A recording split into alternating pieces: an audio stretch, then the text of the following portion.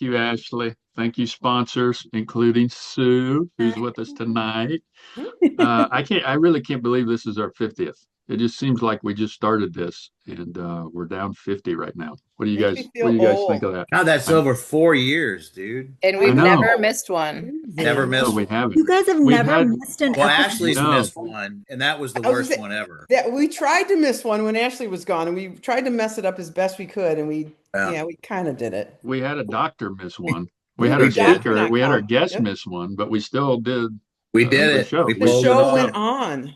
Yeah. I was Yeah. nervous about time zones. I'm like, I'm going to screw up the time zone. Oh, that we've Like, had that happen That too. No, happened. we've actually had several where they didn't make it. That's right. Yeah, We've had several where it didn't make it, but we still true. somehow powered through it. But yeah, right. So just like Ashley, I want to thank everybody that's on for joining us each week because we know there's a lot of you. I was actually going to give a couple shout outs. Do you guys mind if I give a couple shout outs to some people that I'm pretty sure are on almost every time? Is that Go okay with for you it. guys? Phil, you can do a shout out. Mike, you can. All of you can if you want, if you have someone. I was thinking for sure the general because the The general is general, on like Is the almost general every. on? I'm always. He's got looking. to be on. The hey, general's George. always on. He usually, if he's not going to be on, he'll email me ahead of time to tell me that he's not going to be able to make it. So I'm almost I don't positive see the general will be him. on. So Hi, the General. general, well, yeah, I'm sure he has something if he's not on, but I felt like we have to give him a shout. Lori Bogla is on almost every one of Always, them. always Every time. on. Yep. Yep. Adam Brzezowski, and I said it right, Oh Ash. yeah, yeah. Brzezowski, Hey. the big guy. He's on I'm sure he's on today. He would have missed the 50th. Barry Schaefer and Yeah, his whole crew Barry. from Yeah. LA. Don't And then forget Dan last, Cahill from Wichita is always Dan on. Cahill from He's Wichita. Dan Dan Prohaska Cahill, yep. Who we had on a lot of them, is Prohaska, on yeah, almost all of he's them. He's yeah, on a yeah. lot. Yep. And then I'm going to shout out three guys that work with me, Jason, Matt, and Braden, who try to attend almost every one of them. So Yeah. thank you guys. Phil, do you have anyone I see a particular? couple of Louisiana folks on there. I see Austin and This who is else did feeling I like a see? Mr. Rogers episode. It It is. is really. Patel Oh, Malone's it's the on 50th. The there. Qualls, the It's the Qualsy, 50th. We want to thank our Big members Papa. that are joining. Yeah, the Big No, Papa. no, Yeah. no. Of course. I just, he was like, I see someone from, Oh, yes. I Yeah. see. I Yeah, that's see. That's Remember a how Mr. radio Rogers show. used to do that? Yeah. JC Well, Anderson, that's another good friend. JC Anderson's on. awesome. I do see the Generals on. Yeah. See, I told you the general will be He on. was That's coming. He got awesome. there. Yeah. Yeah. Ashley, Gosh, do you I got mean, we anyone? got 375 people on. I mean, it's Oh Yeah. hard my to Sue, believe. look gosh. at You you can see go. all the names. I just Wait, realized where you're way to reading. go, Sue. I just Ash, you found got it. anyone you want to shout out? No, I just am No, happy to just be here. Barb. There's I got to be do. someone I you want to do. shout out. I'm Yeah, going to shout out all my GVSU grads, and there you go. also a couple people that are on almost all the time. So Kim Biscup, I see you, Kim. I see Harold G for the very first time, one of my grads from fairly recently, and several others who are almost. Oh, KBB, I see you. Holy cow, I haven't seen you on here yet. So welcome, KBB.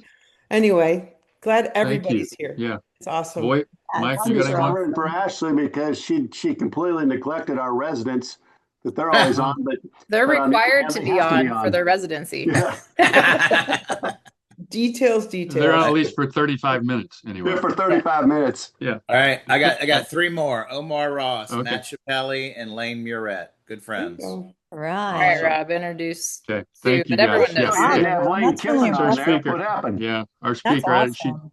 she obviously needs no introduction. She's a physical therapist. She's an athletic trainer. She's orthopedic sports specialty certified. She's a yoga certified, right? I think I saw on your Mhm. thing, you Mhm. yoga And wine certified. certified. Wine, Yes. dry Sommelier. needling, I have a dry professional He's a wine. needling certified. sommelier. Yep. Mhm. Yes, that's true. She's been an athletic trainer at almost, I don't, not almost every level, right? Every The, Sue? professional the only sport. sport I haven't worked is NHL. Basketball? Did you do basketball? You Oh, did Yeah. I NBA? did. Yeah, I worked for the Yeah, Milwaukee Yeah. Bucks for a Well, season. there you go. One So, yeah. very the Greek Wow. specific freak. team. Yeah. Awesome. Yeah. So, Sue Falsone, everybody. Sue, thank you so much for joining us. I know you've been on with us before, but we love having you on and we love having you back. We love having you help us out here, meetings and everything. So, thank you very much for joining us. Well, my pleasure. Thank you for having me. I love all you guys as humans and people and love what you're doing. Obviously, IJSPT is a journal near and dear to my heart, and just super honored to be a part of Such a special episode, 50. Congratulations to everybody. I know that's not an easy feat. So, yeah, excited to be here. Thank you. And Sue, if you don't know it, if you're just crawling out from under a rock and you didn't realize it, Sue also has a book called Bridging the Gap from Rehab to Performance, which is kind of along the same lines as we're talking about right now. So you guys ready to start? Do you have anything else you want to say about the There you 50th go, before oh, Mike's Michael. got it. Mike's showing it. There you go. Yeah. Really Oh, show the up this. book. It's blending in with your Kind of hard to background. see because you Yeah, got your blending screen thing in. on. Yeah. I And know. Manske, I just have take a a hint stack here. of them in the It's even corner. autographed. Oh, Can't no even one see can Oh, it. see it, Mike. nice. Oh, yeah, I Oh, there see. you go. I saw it Nice. for a second. Yeah. Awesome. Yeah. Just Nice. I knew somebody. it's weird. It was almost like a hologram or something. It would like come and go. And but yeah, I saw it too. Awesome. All right. Oh, So you guys ready to start? Let's Yep. do Anything it. else? Oh, Okay. So our first paper, I'm almost positive we won't get through both papers. So, but our first one I think has the most meat to it that we're going to discuss, and it's um, called the title is Return to Sport Clearance Continuum, is a novel approach toward return to sport and performance for the professional athlete. The primary lead author on it is Pete Draovitch. There's a bunch of people, really well-known people, physical therapists, MDs that helped Pete Draovitch with this article. So it's the first one we're going to address. And I guess one of the first questions that I wanted to ask you, Sue, about this is what would you say is the difference between return to sports clearance continuum, or RSCC, and just traditional return to sport protocols that probably most people are more familiar with? yeah, I think that's an interesting distinction to make because I think for a long time there was this confusion about what return to play is. Is it return to play? And how is that defined? Is return to play defined as the first time I step on a mound from a baseball perspective, or the first time I step on a football field for practice? Is that technically return to play, or return to performance, or return to sport? Is it if I am competing at the level I was previously competing on?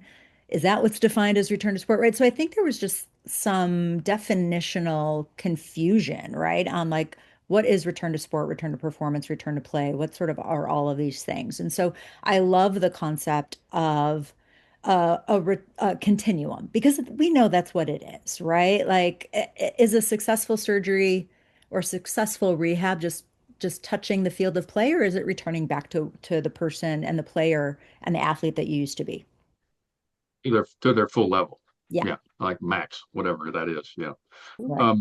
So as it relates to that, what are some of the main components of the return to sport continuum?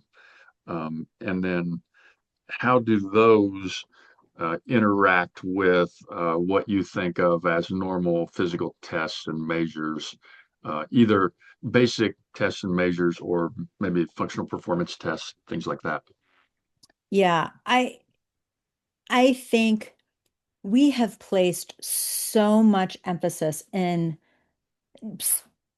just in physical therapy, right? From a test and retest and remeasurement perspective, right? But oftentimes, like what I tell my team members is sometimes I feel like we are testing people if they can spell the word cat and then saying that they are qualified to return to calculus. It just doesn't match up. And so as therapists, we need to be doing a much better job at testing and remeasuring things along this continuum of return to performance um, that actually help us decide if someone is qualified to move on to the next step, right? We can't just keep going back to range of motion and isometric testing at one angle and say that they're ready to return to football, right? Like those things just don't match up. So that's why I like this concept of what we're talking about tonight, because I think it makes us start to stretch and start to think about what are other tests beyond goniometry, beyond 5 out of 5 strength, beyond negative special tests. What are the other things that we can be using to measure if people are ready to move forward? We were talking the meeting we were at last week. One of our case studies, one of the questions on it was, what is more and what is more important when someone goes back to return to play? Is it, having full strength? I mean, is there some time where someone could have actually full strength? Objectively, they look great, but performance wise, they're not. I mean, they're even though they score great on everything, they're still not ready. So is it better for them to feel ready, look ready, be ready, or have great scores? Because you can have people, I'm sure you see them all the time, who test. I mean, if you're working with professional athletes, you see it all the time. They score great on things, but you know they're not ready. So can you give us a little bit of this? I'm going off script a little bit here, Sue, but Yeah, that's right. you asked or your last answer kind of made me think of that. Can you give us examples maybe of some things you've seen in either college or professional sports where like some scenarios where maybe that occurred, someone did really great, but then what was it that you saw in them that wasn't quite right yet, that wouldn't have been safe for them to go back? Yeah, I think simple PROs are really important to institute. And I know that's hard to do, but the patient's perspective of where they are, and oftentimes I even just use like a simple SANE score just to Mm, gauge where people feel like they are mentally. Because you're right, they can test well in everything, but yet have maybe some type of fear avoidance pattern going on, or mm, just are generally fearful about what is about to occur as they continue to move forward in their programming. And so, however you want to phrase that, right? Is it fear avoidance? Is it a mental block? Is it they just they don't feel right, whatever that means. I mean, in baseball, I always say like, you hit 2 out of 10, you don't have a job, but you hit 3 out of 10 and you're in the Hall of Fame, right? So some of these things are a game of inches. And so people feel every little thing. And so if they don't feel whatever define that word as, when they don't feel right physically, then that messes with them mentally. And so a lot of times that's where I see the hang up being is like they're just not confident. They're not confident in their movement patterns. They're not confident in what they're being asked to do at that high of speed. And I think some of that has to come down to cognitive decision makings, right? And sort of like dynamic systems theory type thing. And when we think about dynamic systems theory, we look at the organism, the task, and the environment. So the organism meaning the patient, the task which we're asking the patient to perform, and the environment in which it's being performed in. So, for example, we all know running a marathon in Phoenix in July is not the same as running the same 26 point ridiculous miles in Buffalo in December, right? Those are two very different tasks and different outcomes, even if the same person is performing that same task in two different environments. And I think sometimes in therapy, we can get very wrapped up in alternating the task, meaning changing the base of support or the center of gravity. We can do a front squat, we can do a back squat, we can do a pistol squat, we can do all of these variations of base of support and center of gravity things. But what we don't do a great job at sometimes is altering the organism or altering the environment. So, from an environmental perspective, hitting in Ontario, California, in our low A ballpark is very different than hitting at Dodger Stadium with 55,000 screaming people, right? That's a different environment. And then same thing, the organism. How do we manipulate the organism? We know no one's running around down the football field thinking about how they're running, or they shouldn't be. If they're thinking about their running form, that's a problem. So they're thinking about running the play. They're thinking about avoiding the person in front of them, right? So how are we challenging our patients when they're in rehab to dual task? How do we challenge them cognitively to dual task? Because if we're not preparing people to do that, it's very different to perform running a route on the strength and conditioning field than it is on the football field. That was a really long What? answer, So sorry. no, it's perfect, perfect. So can you give us some examples of how you do that? How do you do that? Manipulate things. So for like a receiver. Well, I guess you're in baseball now, so you could Yeah, yeah, change it however you want yeah, it. whatever. Yeah, I mean, I think a few things, right? From environment, I think the easiest way to do that is with music. Think about how angry you are when you forget your AirPods or whatever, when you get to the gym and you're like, I've Oh got to listen yeah, to gym yeah. music. I can't work out. You You can't can't, work out. Yeah. right? So, but you should be able to have a great workout despite the music that is playing. No, you shouldn't. I know. Right? You're It's just so impossible. It's impossible. But I go ahead. I'm know. sorry. No, it's so true though, right? So we used to have like John Mellencamp Friday because all of the oldies like would love John Mellencamp and all the younger kids were so annoyed. But if you're annoyed and you can't work out to that same intensity because you don't like the music that's playing or the sound or the environment, then that's a problem. So I think music and lighting sometimes in a safe way. I'm not saying have people work out in the dark, but there were times when we just didn't flick on the gym lights. Now, and the entire side of our building was glass, and so there was plenty of light to see, but it wasn't super bright. There were shadows, there were different things. And again, in a safe manner, can you alternate or manipulate the light in your gym to sort of just play with that? I think from a cognitive perspective, there's times when I'm with a client and we're working out and I'm, chatty Cathy.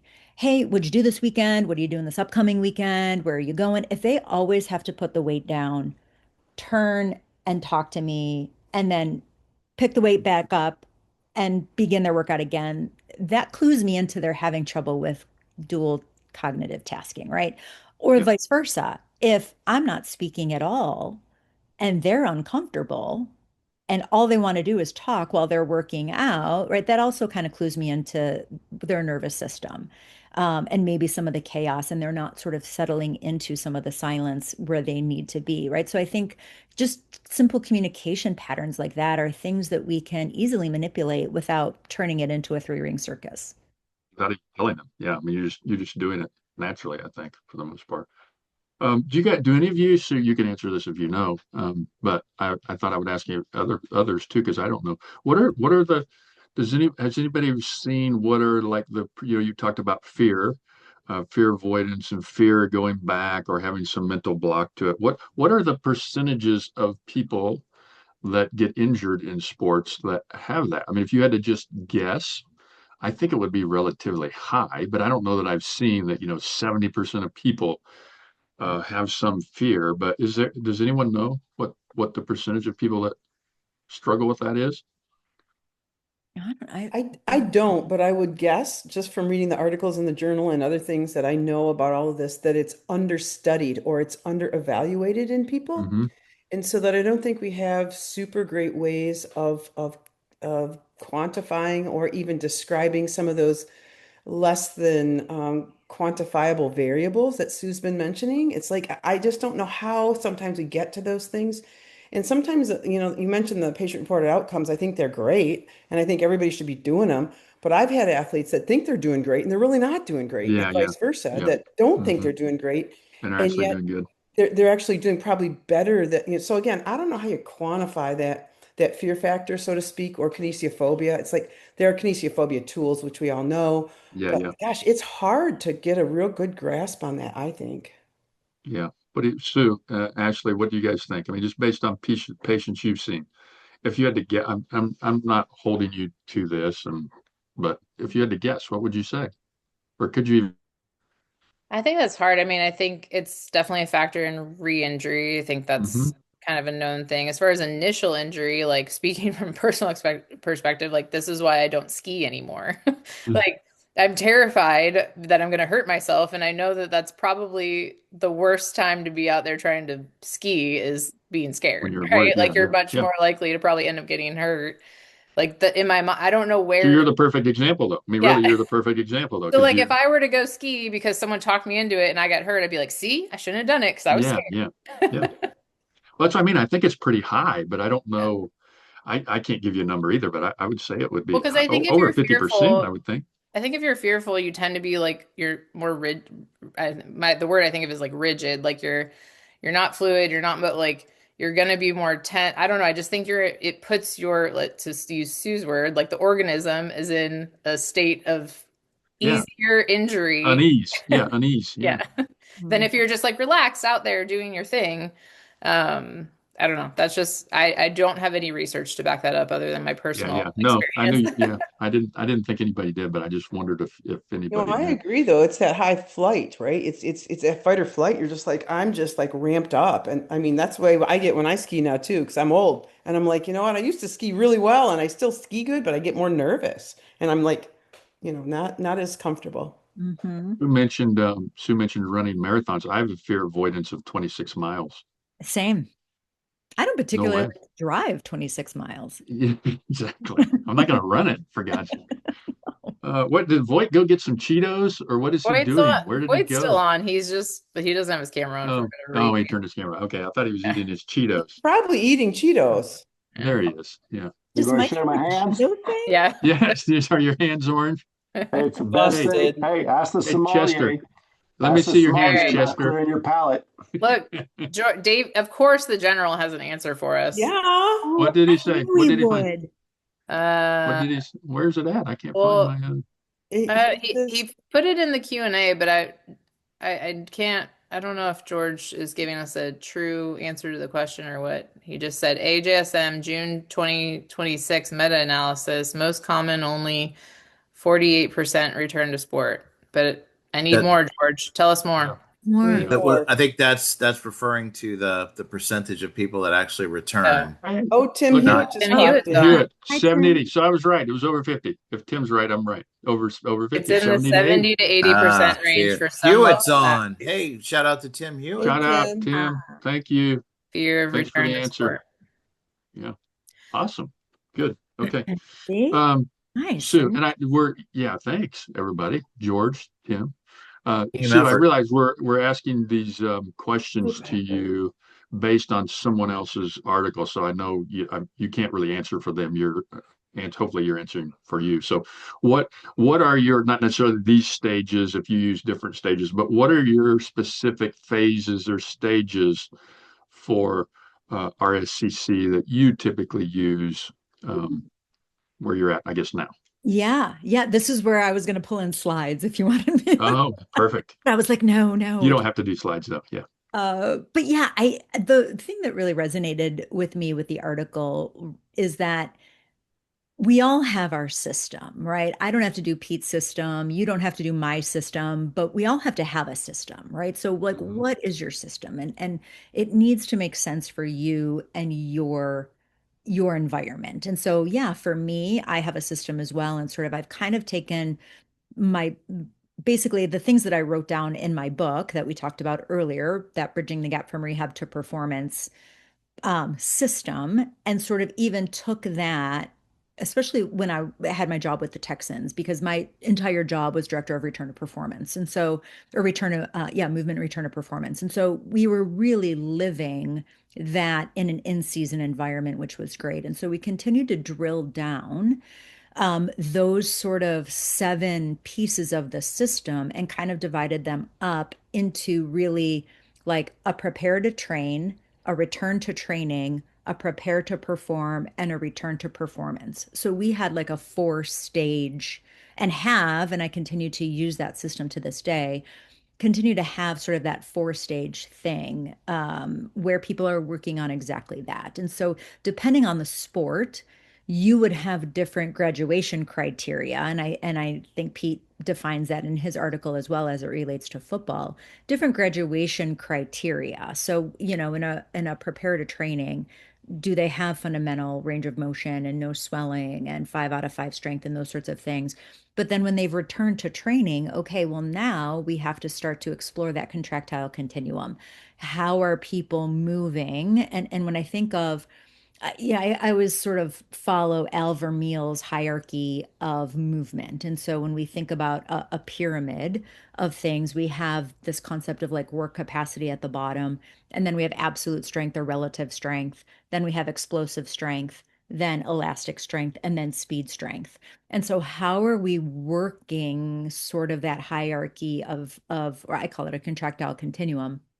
How are we working that contractile continuum in our rehab so that people can then prepare to perform, where people are now moving at different speeds and different intensities and different volumes and while fatigued? And are we rehabbing in places of fatigue? Because, injury often occurs when people are fatigued. So we need to train for that. And then once people are returning to performance or have returned to performance in that phase, what does that look like? We bring in the technical coach. We've got the wide receivers coach in with us. We've got the pitching coach in with us, whoever that may be, to start to really work on the fine tuning of all of those things and how the athlete can express themselves in their sport and in their position. So I think the article, whether you follow his exact continuum or not, I think it hopefully sparks people to be thinking about their own system and what does it look like and how can that be applied to your particular situation. I'm going to ask a question that it's probably an unfair question to Sue. So anyone else on here can feel free to jump in. Just because obviously you live in a very specialized world that you're in a very low percent of probably the people that are on here, right? Most people aren't working in pro sports their entire career. So in situations like, even for me, I mean, I work with a lot of high level athletes, but I'm clinical. I don't have like a field that I can take someone out on when they're in the clinic with me. Thoughts on how the average or normal PT who isn't working with a pro team or like a high level collegiate, more like clinical, how do we do a better job integrating with the players that you mentioned, right? So that's where I see things start to fall off, is we do a good job to a point, and then it's like kind of a crapshoot whether or not the person gets all the components you just talked about, right? For pulling in the coaches, pulling in strength and conditioning, like how do we do a better job of that? Because that's where I think we make mistakes. That's the money question right there, Ashley. Good job. It really is. And yeah, I work in a utopia of rehab, right? Every machine, every facility, every field that you can imagine at my fingertips within 10 yards of, my desk. And so, yeah, that is not everybody's situation, obviously. And I think that is really, if we can cue the music and I'll hold hands and sing We Are the World, I think that's where we really have to establish a network within our community and work with find a great strength coach. I mean, good strength and conditioning is hard to do. It's hard to do. I'm a good strength coach, but like you don't want me independently by myself writing you a full program when you're in the end stages and we're in like the 6 sets of 1 phase, right? Or we're counting contacts of plyometrics, right? Like a good strength coach is so underappreciated. And I have worked with great strength coaches. And we've got to be able to connect with people in our communities in order to help bridge, hashtag bridge that gap, seven performance. Because if not, you're right. Like you can only take people so far in the clinic. I mean, the reason why a lot of physical therapists are nervous with mass, right, is because, I mean, how much mass do you really have in your average physical therapy clinic? I mean, I see a lot of high level athletes and like I constantly like I don't have enough load to even challenge you, right? Like I don't know, I have to do quick math, but I have like maybe 4 45 plates and a couple 25s and like some 10s, right? Like I could put all that on a bar and it's still not enough for some of my pro guys. So if they're coming back for a reassessment, I'm trying to look at form of something and I'm like, I can't even load you enough to see if you're doing well with this. So, and I've set myself up to kind of help answer my own question is like, I think what I've learned the most in the last several years is one, leave your ego at the door for sure. And you have to communicate, right? Like I have to be able to call the strength coach or call the pitching coach or whoever. I need to be able to communicate to say, like, what are you seeing? Where are you seeing problems that I can maybe use my expertise in my particular niche to help you do your job and you help me do my job, right? So when we talk about that continuum and Sue's like imagery she uses in her book and how the focus is more, on the injury at the start and more on the patient at the end, and our involvement as a therapist declines as you move away towards return to performance. But I think learning where we can be helpful without stepping over the line to try and be a pitching coach or be a strength and conditioning coach when we aren't, right? And I think I've seen some therapists making that, I think, mistake, and it's just a personal opinion, of trying to be all of those things when we aren't. to your point, like you're not going to be the strength coach for the NFL lineman, right? Mhm. Someone else is. Right. Right. Absolutely. You know, Yeah. if I can echo that, I was gonna say that's one of the best things that ever comes out of this journal club, in my opinion, is strategies for trying to collaborate rather than trying to reinvent the wheel. And so even when we have docs on, I mean, it's like we have some doctors that are like, man, we want you to put more information into what we have in our algorithm for return to sport decisions, let's just say. But Sue, I mean, like for the mere mortals of us who've never done those kinds of things, and gosh, Ashley, if you have that much weight, you know, in most clinics, I guarantee you they don't have that much weight, Yeah, you know. So, yeah, I would agree. so, you know, you gotta go beyond your little walls and your little control of things and trust and really seek out the good people out there to help them have them help you, so to speak, and vice versa. Like Ashley said, you know, how can I help you? How can you help out my rehab process? So. Yeah, so that leads into one of the questions is about how is that handled, Sue, at the level, the professional level? Just can you give us just a quick kind of breakdown of how that works, like with your athletes? Yeah. Yeah.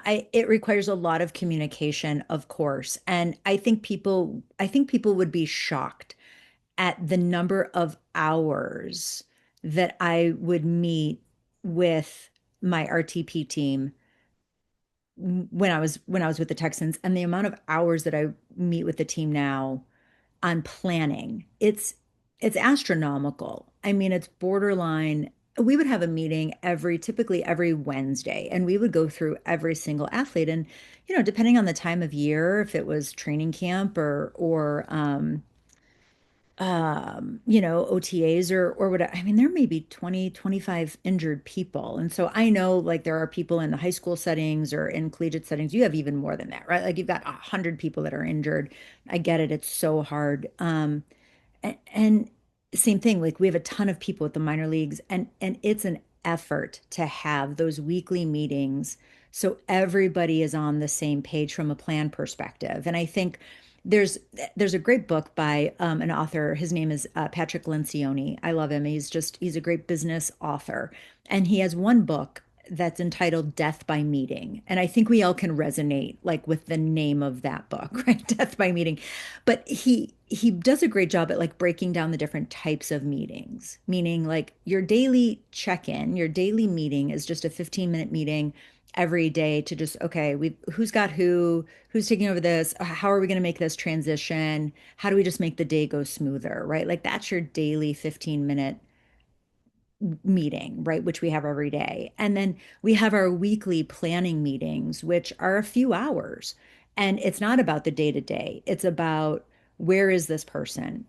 What is their goal for next week? Making their short-term goals. I'm a big fan of reverse engineering. So if I think, and it's not written in stone, but if I think someone's going to return in 8 weeks to a baseball game, or a football game, that means by week 7, I need to be creating chaos in their world, which means by the end of week 6, I need to have everything in a controlled environment, which means by the end of week 5, we need to have the foundations of multi-directional movement, which means by week 4, we need to have the foundations of linear movement, which means by the end of week 3, I need to we need to be pain-free, no swelling, normal strength, right? So I just reverse engineer it back. And then you create short-term goals every week based on your long-term goal. So I know in week 1, if an athlete doesn't reach their goal for week 1, I can look the GM in the eye and say, hey, you know what? He didn't meet his weekly goal.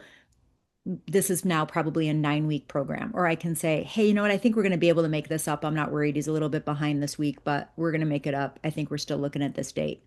And then that way, 8 weeks from now, no one is surprised if the athlete is or is not back, including the athlete, right? Everybody knows, hey, you know what? We didn't meet our goal this week. We gotta work differently next week, or we've got to change force, right? Like change course.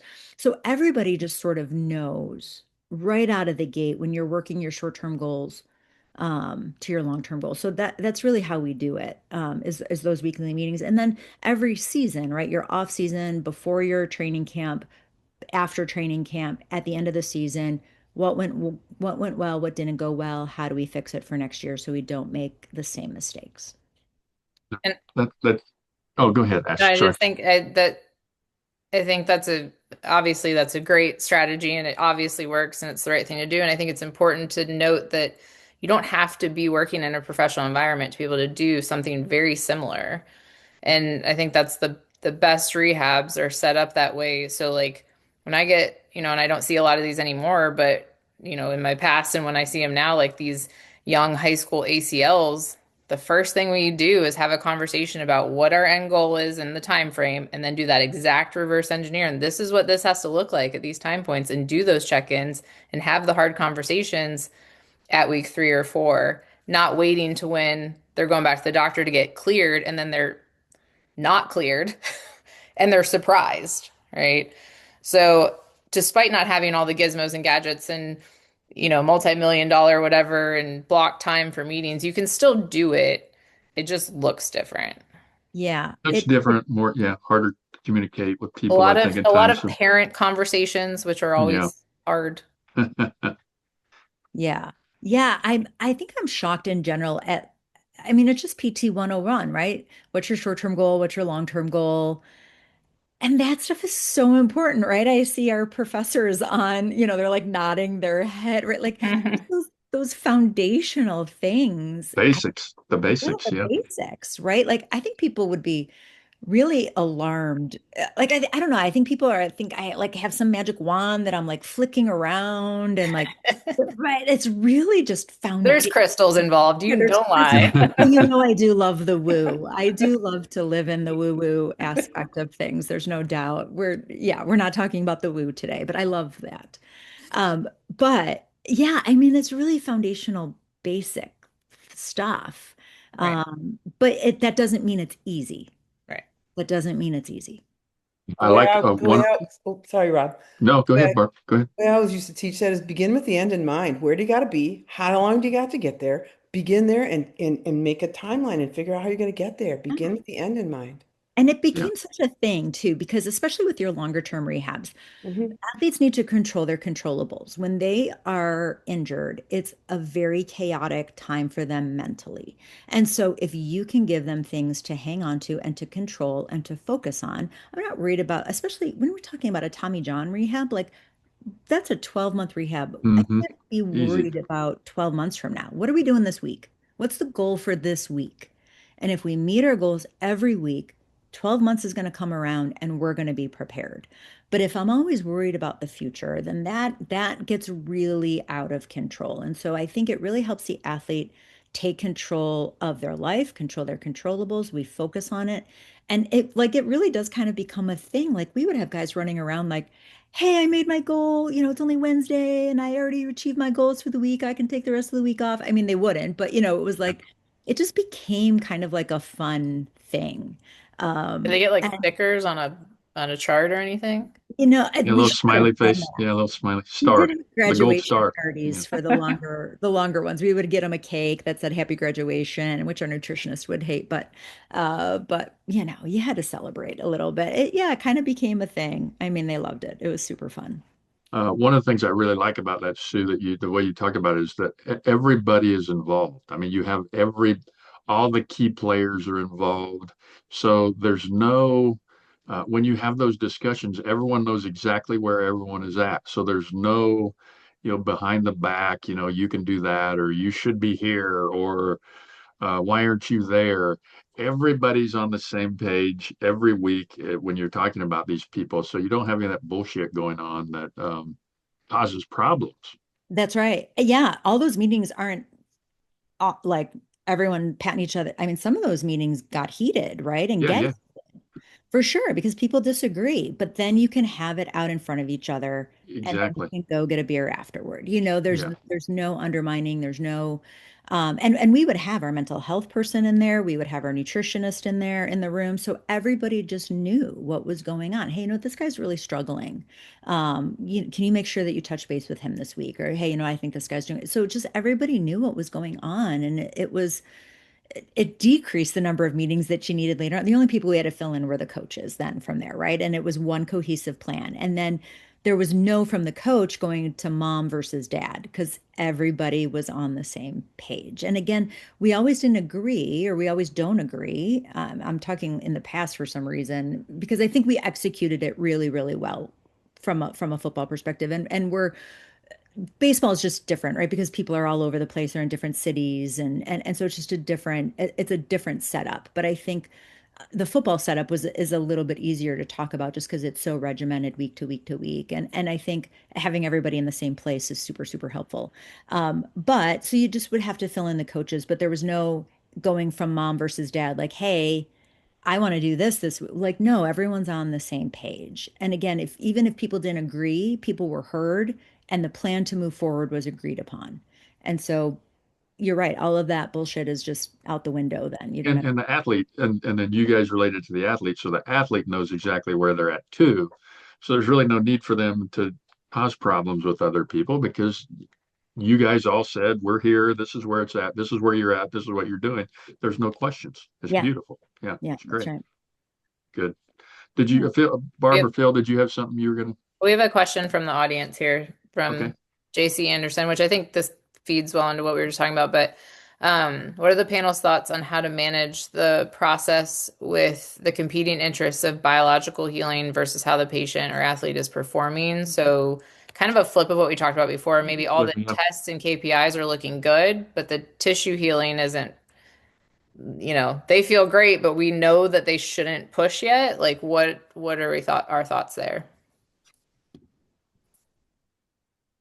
Yeah, it's hard. I am thinking of a particular case that I'm of a person I'm working with right now, and we just try to head it off at the pass, meaning, hey, you're gonna feel great in about 3 weeks, but this is a 4-month rehab. Make no mistake about it.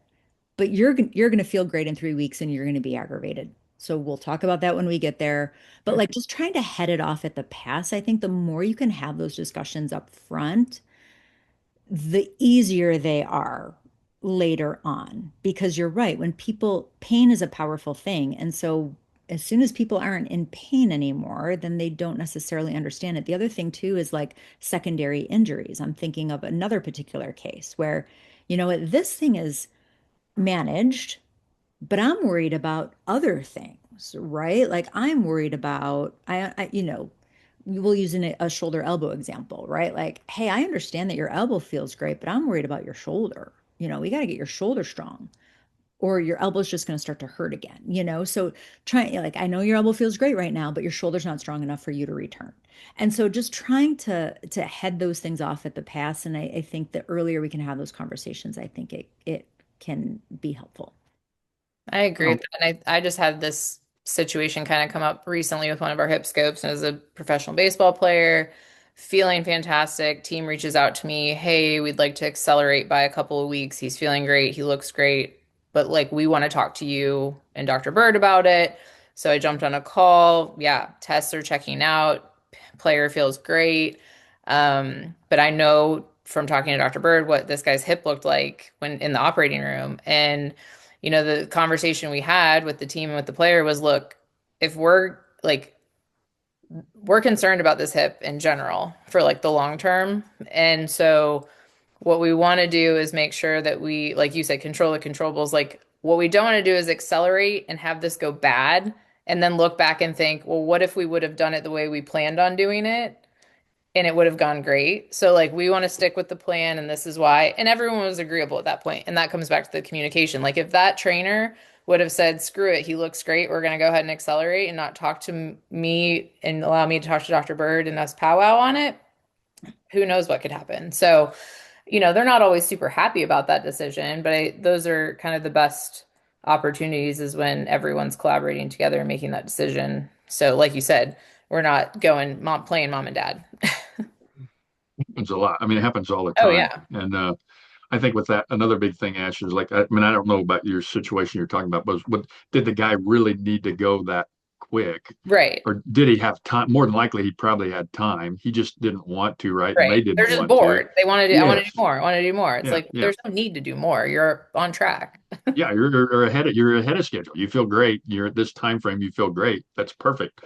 Why screw it up by trying to speed it up 2 weeks is what I try to Yeah. tell people. I don't know. They always agree or get it, but yeah, usually they go along with it if you talk to them like you said. Yeah. Right. We have several questions. I'll let you guys want to pick. I want to address Dr. Hewitt's question on isokinetics importance and return to sport, as he has a huge crush on the general. Who doesn't? Oh, look at that. No, that's Who true. doesn't?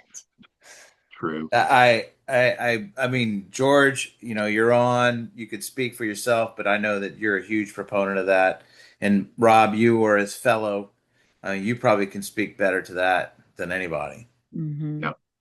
No, if you have it available, it obviously is the most objective, really the most objective measure that you can get. I mean, obviously more than handheld dynamometry and certainly manual muscle testing. And just so many parameters you can look at with isokinetic testing. Sue, do you guys do isokinetic testing, Sue, for everybody or no? No. We just don't have a machine. Yeah, yeah. Well, I'm sure if you had a machine, you would, wouldn't you? Of course I would. Yeah. In your big playground, you don't have a Biodex? You or said you had Continuum? everything, Sue. You said You're you right. had You're right. I don't have everything. Did you with the Texans? So we had a machine. It was an Italian name. I can't remember the name of the company, but it did have some isokinetics on it, that you could like switch modes on the machine. Gosh, I could see it play its day. It's like staring me in the face and I was the game. But so we did have it there, but I'll admit we underutilized it 100%. But also to steal from the general ecological validity. So let's say someone's isokinetic testing is like top notch, but you watch them run on the field and you're like, what the hell? They look like a deer, like a baby deer. Like, so are you going to clear them when they look like crap? I don't know that I can speak for the general, but I think the general would tell you that the isokinetic testing is really one piece of the puzzle. It's a really important piece of the puzzle, but it's not, or a piece of the pie. It's not the entire pie, but it's a one kind of slice of the pie that is as valuable as really probably any other. But to answer your question, no, if they looked horrible, even though they had good scores, you probably would let them go back cash. Right. And I think I recall his return to sport algorithm, which is basically, you start at the very bottom of the pyramid, just like you were talking about with Vermeil's pyramid too. That's what I was going to say. Like objective testing is really, really important, but it's only to get you to the next level, next level, and to get way up to the tip top. That's right. Exactly. That's right. Absolutely. That's the exactly. general's going to be so proud that you remember that. How often do people get cleared because they pass their isokinetic tests or their hop tests or the combination of, but like nobody watched them run down the field or cut or like do anything. So we did this in Herodicus last week, the sports orthopedic meeting, and we had cases, and Rob was on the panel with me, and it was exactly that. It was, you have cases where you have athletes that pass all the return to sport testing, which could be limb symmetry index, could be performance, but then there's the psychological aspect of it. There were so many variables that we have to be able to take that cluster of variables and say those are just one part of the puzzle, and they have to be able to pass all of those things, not just a hop test, which may not have ecological validity, limb symmetry index, but the psychological side of it, the kinesiophobia, is also a big part of it. Absolutely. Again, it's that, testing a spelling bee word and saying that they can do calculus, right? Like that isokinetic testing to me is in that work capacity, absolute strength mode.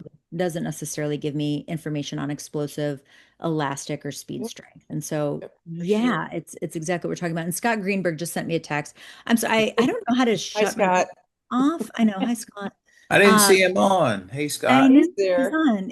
And it was the kineo. That's exactly what we had. The kineo. Good job, Scott. Anyway, so just a little quick. Terry Malone is on as well. Terry. So yeah, he has a question. He has a question.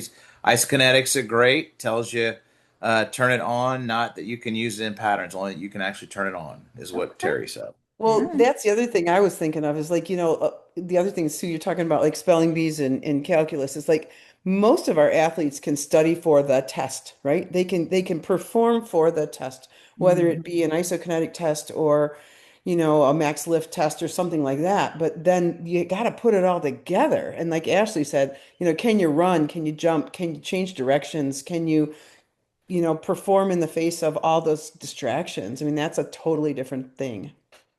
Yeah, and it's like, well, if they can do this, doesn't mean they necessarily can or cannot do that. If they can't do that, it might be because they can't do this, right? Like I don't know if I'm saying that right, but it goes back and yeah. We get it. We get it. It makes perfect sense. We agree. Yes. Love it. Love it. One more question here from the Zoom user. It's not the how come it's not the anonymous attendee tonight? It's the Zoom user. How do you navigate conversations with coaching staff who aren't necessarily focused on athlete longevity, but rather a short-term win goal? If the physician said return to play is no problem. So it's a little different than what you were talking about, Ashley, because now you're the one, what it's asking is, I think you're treating the patient.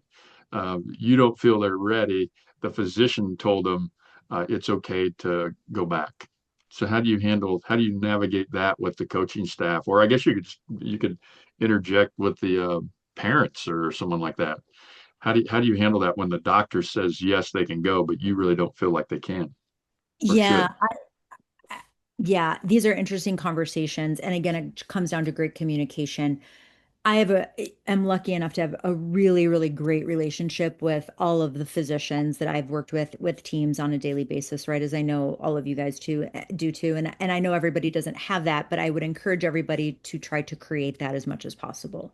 Dr. Elatraj knows, like, if I'm calling him, I mean, I care about how he is and I hope he's great, but like, I'm not calling to chit chat, I'm calling for a Got stuff to talk reason. about. Yeah, he knows that I'm calling for a really specific and probably important reason. And so I think creating that relationship and being on the same page with them. And then also, it's really important for me, who is with the athlete every day, to inform any doctor that any physician that I'm working with of where they are. So they have the complete picture. Like, doc, look I understand his range looks great. His strength looks great. He's going to tell you he feels great. I'm telling you right now, he's running at 80% of his norm. He doesn't look great when he's cutting, right? Like, it's my responsibility to inform the physician. So the physician can back me up as opposed to contradict me. And now we've got two different things. And now that creates a problem for everybody because the athlete is trying to, again, mom versus dad. And then, the coach just wants to win. So who do I believe? Of course, I'm going to believe this person. So it's really I feel like that's my responsibility to inform the physician of all the information so that person can be, on my side and we're a united front. And I think And they have the information they need. I mean, they have you're the one that's with the person, on a daily basis treating them. It's not their 5-minute doctor visit with them. So I can't see it. It seems very reasonable that if you reach out and you tell them they're not really ready because of these reasons, they're not going to say, yeah, go ahead and go back, hopefully. Right. So, I mean, and sometimes that will happen. And I think, but to your point, and especially important for us in the real world, the non-utopian professional sports world, is like, a lot of people on this call right now they might have referrals from 100 different physicians, right? Yeah, so like, true. You're not going to know them personally. Like, you might get to know some of them, but that's where, again, communicating with them and importantly, like, communicating with the patient before they go back to be vocal about concern. Like, they have probably 3 to 5 minutes max with that doctor. Like, they tend to just either don't say anything or like, yeah, I'm good. And then the doctor's like, okay, they're good, cleared. Yep, go. Right. And that's just a product, I think, of the environment we live in medicine right now is they don't have the time. And if you don't speak up and say like, well, these are my concerns, or this is what my therapist said, like, so I think, again, what I'm learning as I get older in this career is like all of this comes down to communication. Yeah. So Yep. you could be the best therapist in the world, and if you don't have good communication skills, you're not going to have good outcomes. Yeah. I mean, you bring up a good point, Ashley. You're right. I mean, you can't have a personal relationship with 100 different physicians. And I think there's a huge distinction that we have to educate our patients on. There's a difference between tissue healing and being ready. Yeah. Tissue may be healed, but that doesn't mean you're ready to go back to your sport. Right. And that's again our responsibility to help educate our patient. Yeah. Yep. And I think like switching our mindset from like, oh, that doctor's such an idiot, I can't believe they're clearing this person, to like, hey, maybe I need to do a better job. Like Reaching I have out. more time with the patient to let them know, like, even if your doctor tells you you're ready when you go to this appointment, I'm telling you right now you're not, and we're going to listen to me. Okay. Like I've done that before. I'm like, I'm going to tell you so-and-so is definitely going to clear you, but you're not cleared. Right. Not for me. Yeah. Yeah. Not for me. And so that's your choice. And some people are I've had it happen Oh, multiple yeah. They're going to go back regardless because they got the piece of paper from the doctor, and almost all of those end up re-injured. See me now or see me later. Yeah, exactly. They keep us all in business, right? Yeah. That's right. That's right. Well, shall we move to? We didn't make it Get to the second. We didn't even get through all the questions of the first paper. Sue, we're gonna have to have you back again. It's such a great philosophical discussion. Yeah, no, it is. Thanks. Yeah, I had a lot of fun. It was. Dude, we'll let you talk about woo-woo next time if you want. You want to talk about needles next time? I love the woo. All right. Well, we will let Ryan jump on. Ryan is with ATI in Greenville, South Carolina. And fun fact for anyone that was on the hip one, I don't even remember how many months ago that was. His wife, Abby, was our case in point. So we've told him he has a lot to live up to. Yeah, no kidding, right? I think that comes on a day-to-day basis. If anyone knows both of us, they're like, you got a lot to live up to. Ashley, you have to tell me, I don't think I really know how to share this thing. It says... yeah. You should, let's see. Hold on.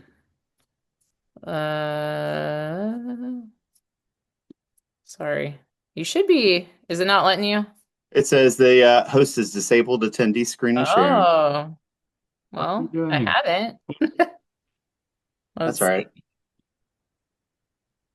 It normally just lets people go. So that's all right. I can also, I can talk my way through this too. You're good. You can, why don't you introduce yourself, give the background real quick, and I'll fix it. Yeah. I'm a physical therapist in Greenville, South Carolina with ATI Physical Therapy. And I went through our residency long ago. I'm a clinic director and a part of our sports and orthopedic residency. And I'm glad, honestly, I'm glad for the direction of your question, Ashley, because as I was reading the articles, I thought, gosh, these are super well planned, and clearly the people that wrote this are super smart, and I like all of the theory that's in it. But when I see a patient every half hour, and they're coming and going, and they've got all kinds of problems, what does that really look like for me on just kind of a standard outpatient perspective? So really the title of my thing was the common challenges of an outpatient. You should be good to go now. So let's try this. Zoom changed all their buttons on me since last month. So there you go. All right. Let's try this out here. We got Does that look like a PowerPoint? Yep. Right on. Okay. It. So I was just kind of thinking about, what do the patients that I see look like, and what does that process look like? So really, this is an 18-year-old lacrosse player. He tore his ACL and he had a meniscal tear playing lacrosse. He had a non-contact injury, and he had a patella tendon ACL reconstruction and a meniscal repair. And he kind of had the standard meniscal repair precautions early on. Hey, let's protect some range of motion, and let's have you just protect the way you do some ambulation. So ambulate and extension for 4 weeks. The challenge is, and this is kind of the pitfall that I run into for a lot of people, we've got 25 insurance approved visits to get this person back to what an 18-year-old wants their knee to look like. And really the option, in any outpatient place, we kind of have like, hey, here's what a potential self-pay option is. And that just really wasn't an option for this family. And then the other component of this is the keen decision-making that often comes with working with a 18-year-old high schooler. So this is kind of what the roadmap looks like. And we kind of talked about some terms of this. We kind of talk about a roadmap at our clinic as well when we have an ACL population. And this kind of, let's say, gets to Sue's point of, hey, if you can head some things off early, that's helpful. So we try and have some discussions early on of here's how you're going to feel. These are the processes that we're going to go through. These are the decisions that we're going to make. So this is kind of what this kiddo looked like. And it was, I'll say, a little bit of a tumultuous process, just based really on his insurance availability, but also his availability as an 18-year-old. And I would say some waxing and waning of interest for his rehab process. So really, this first 0 to 6 weeks, we saw him twice a week. The goal was, obviously, let's kind of like normalize all of your basic metrics. Let's get your range of motion back. Let's get your gait back. Let's get some quad control going. We were fortunate enough that his physician at the 2-week check-in was like, oh, you look great. Those 4-week limitations that I gave for you, let's just bag those and you can start to move forward as you see fit. So that's kind of what the first 6 weeks looks like, except he came in one day and was like, hey, I was at a lacrosse game and there was a fight. So I decided to run and I just carried my crutches. All right, well, we're already running now. Prior to 6 weeks. And then 2 weeks after that, still within the first 6 weeks, he had a fall downstairs. So you just are kind of like, all right, let's speed up, let's slow down, speed up, let's slow down. Then in the next section, the week 7 through 15, we decide, all right, let's start to protect some visits. Let's see you less frequently. Let's make you a little bit more independent. We're going to progress some closed chain things. We'll move from double leg to single leg. Let's introduce some early plyometrics in kind of a unloaded or let's say safe environment. His HEP is, hey, let's do some strength things. You have access to a gym. Let's take advantage of that. Let's go over what some double leg plyometrics look like as we get farther into that 15-week motion. And then early on, our basic metrics or basic testing was, hey, let's use a handheld dynamometer. Let's do like some sagittal plane reaching. Let's just get a little Y balance excursion and see what your balance and your confidence looks like to be on a single leg. Somewhere within that 7 to 15 week category, or around week 10, he said, I decided to go play tennis and I've been playing pickleball.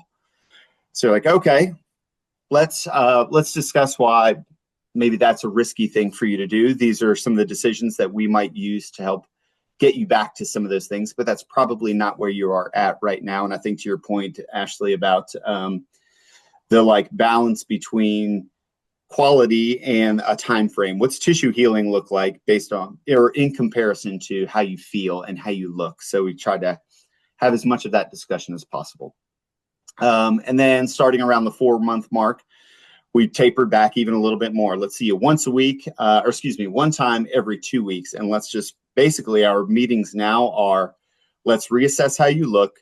Let's update your HEP and let's kind of send you back into the world and hope that you continue to do well and abide by some of those things. So we're start to progress them into a little walk jog program. We give them some progressive foot contacts. So expanding some plyometric volume, continuing some lower extremity strengthening. We were fortunate enough, we've got an isokinetic machine. So let's get some early biodex testing. And then we use the Vail Sport Cord test as a way to, it's kind of like our 2/3 or 3/4 of the way through marker to say, hey, this is probably a good indicator that you are safe to start some advanced activity. So we kind of like the concept of a battery of testing. So you've got a variety of things, and I think we've sort of alluded to that in a number of categories. A variety of tests, you want to be able to put them all together to say, hey, does this make sense for this person to move forward? So that's kind of our 3/4 of the way through component.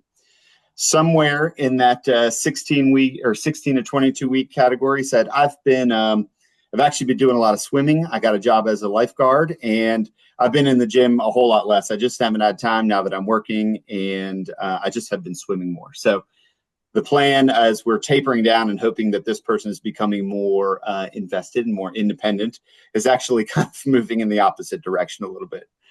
And then finally around week 25, we do the sport cord test. He passes that. He looks great.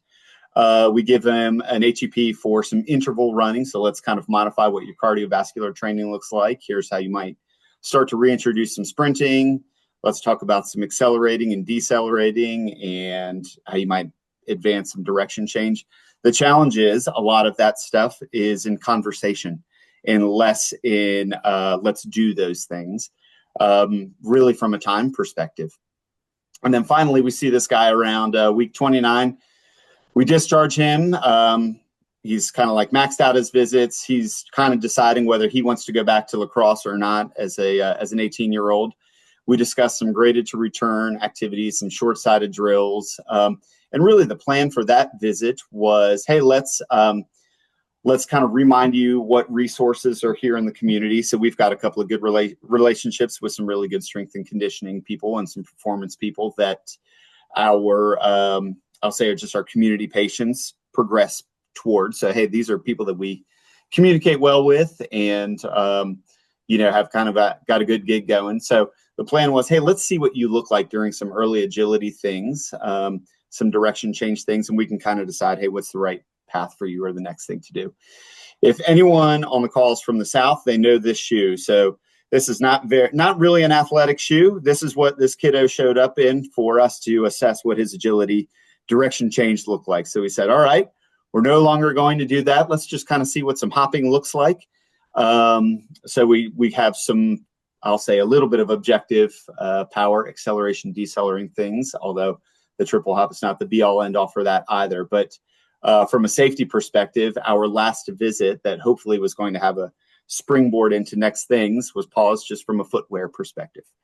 So, ultimately, this kid managed his summer and he went back to school, and not entirely sure if he went back to lacrosse or not, whether that was an interest of his. But, I think as I thought back on this case a little bit, something that would have been helpful for me to discuss with him, and I think we talked about this a little bit as well, is the concept of, I know 25 visits are not going to get us where we need to get to. So then thinking about who am I anticipating I am discharging you to? So am I going to discharge you to the school athletic trainer and the school strength and conditioning professional to now advance the rest of this, which takes a little bit of the pressure off of us from a physical therapy perspective of thinking we've got to get these 25 visits to span the entirety of this person's rehab, but rather thinking I'm going to use this 25 visits to get you ready for this next individual who's then going to take the baton and move forward with that. And I think that probably would have been a smart conversation for me to have with that person early on, rather than thinking I've got to figure out kind of how to spend this a little bit. So that's just sort of my take on I think what our average kind of high school person looks like that needs to get back to things, that does have some, I'll just say, some life limitations. Hey, Ryan, I have a question because I know you guys do some of this, and I don't know when this patient came. But what about the utilization of like RTM or that sort of thing in situations where you are limited by visits? Are you guys doing a lot of that? Do you find it to be helpful? What are your thoughts on that? Yeah, I think it is, the potential for that is there, but I think it's also still a little bit, it's underutilized.